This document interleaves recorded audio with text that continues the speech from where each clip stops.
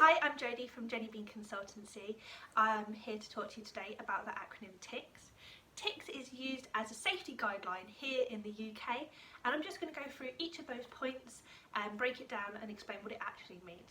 So the first one is T, which stands for tight. When we're wearing a carrier or a sling, we want to ensure that it is nice and tight. We want to make sure that baby is supported all the way up and that they're not going to end up kind of sagging into the bottom of the carrier and end up a little ball at the bottom rather than being supported upright. It is also a comfort issue. If you're wearing a backpack and you don't have the straps done up nice and tightly, it will pull more and you will be more aware of the weight. So whenever you're carrying, make sure that you have done it up tight. When we are doing up our carrier, always make sure to move your slack. So very much like the buckle here, you want to lift any slack you can find to your buckle and then tighten. If you don't do this movement where you're moving the slack to the buckle, what will happen is the wrong place will tighten up and it still won't be effective. This is quite often the problem where I have people say that they can't get their carrier tight enough. It's not so they can't get it tight enough, it's just they're tightening it in the wrong place. So always make sure you lift, shift and then tighten. The second thing on the list is I. I stands for insight. We want to make sure your baby's airways are visible at all times. This is why if you hire a carrier from us that has a detachable hood, I have normally removed that hood. We want to make sure that you can look down and clearly and visibly see your baby's airways are clear.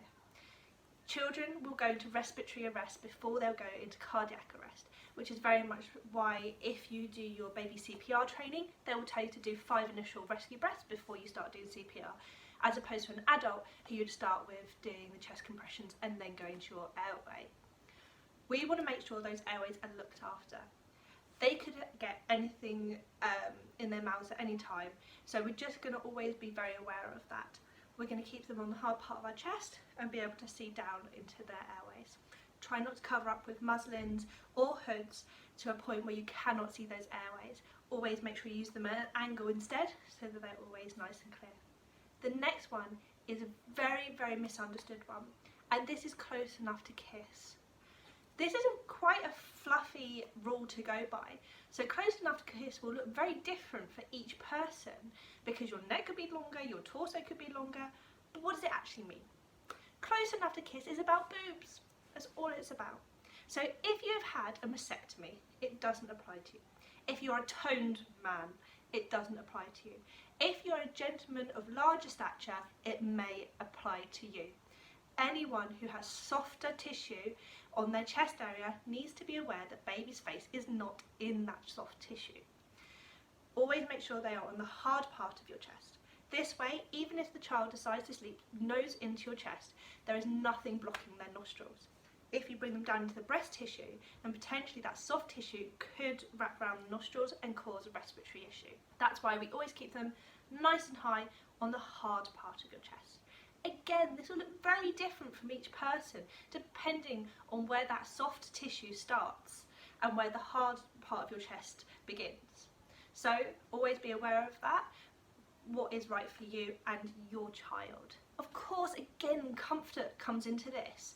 When we're carrying heavy loads, we don't tend to carry them around our tummies. If we're carrying a heavy box, we tend to lift it quite high, and that is because it helps to keep us more stable as well and distribute the weight better.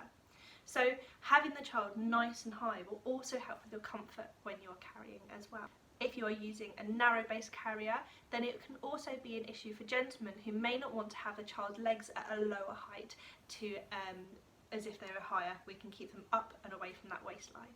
The next thing is chin on chest. Now chin on chest is becoming talked about more with car seats especially. Ultimately, we are wanting to make sure that the head is staying upright and the chest is not coming down. When we have our chin down to our chest, it's very hard to breathe. Again, we're protecting those airways. So we're wanting to make sure that the head is kept upright at all times. This will be supported with a nice curve to the back as well. So having the head upright and supported is very important. And I'll go over that in the positioning part of our videos, which is a fantastic one to watch from here. The next one is secure. If there is a clip, do it up. If there's a bit of fabric that comes with your carrier to pass around, make sure you put it on. They are important. There are particular brands that seem to be very common where the last part of the clip is not secured. Please check with a consultant if there is a part of your carrier you don't want to do up.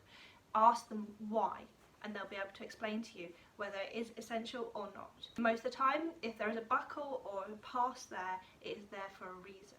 Make sure your child is secure. The other part secure is we're going to make sure the two aspects are covered. So two aspects we have is drop, which is our gravity, and our flop, which is that way. Okay, so we want to make sure that these 2 points are met at all times from our carrier. We ideally want to have the carrier come to the nape of the neck. For an older child, you may find they put their arms out, but it should never be any lower than the armpits. If it's lower than the armpits, then there is a problem that they could possibly push backwards and you have an issue with your flop aspect. In the comments, I will add a copy of the T.I.C.K.S guidelines for you to have a look at. I do recommend going on to watching our next video, which is all about positioning and how this can support meeting your T.I.C.K.S as well.